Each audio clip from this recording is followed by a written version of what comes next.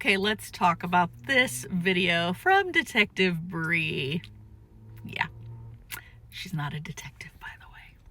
So I find this really interesting. Why does Dylan have a rug possession charge almost a year after the unalivings? That's not suspicious. This case just keeps getting more and more interesting. Okay, so that is not the Dylan Mortensen from the Idaho 4 case. There's a lot of problems going on here. First of all, she's using a video from Criminal Mind Halls. If you don't know who he is, you don't want to know who he is. He claims to visit serial killers and talk to serial killers. He tries to pass off clips from the Zodiac movie as the Idaho 4 murders, and I'm 99.99% certain he's who sent the threatening email to Christy and Steve during the hearing last year. But this is photoshopped.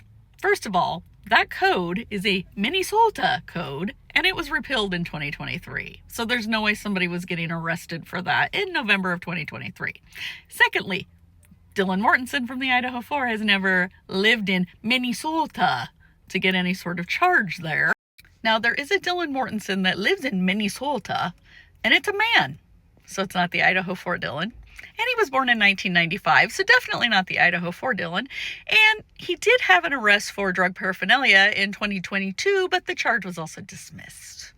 So again, this whole thing was photoshopped by Criminal Mind Halls. So when you see bullshit like this, please call it out, because this doesn't help anyone. It's harmful.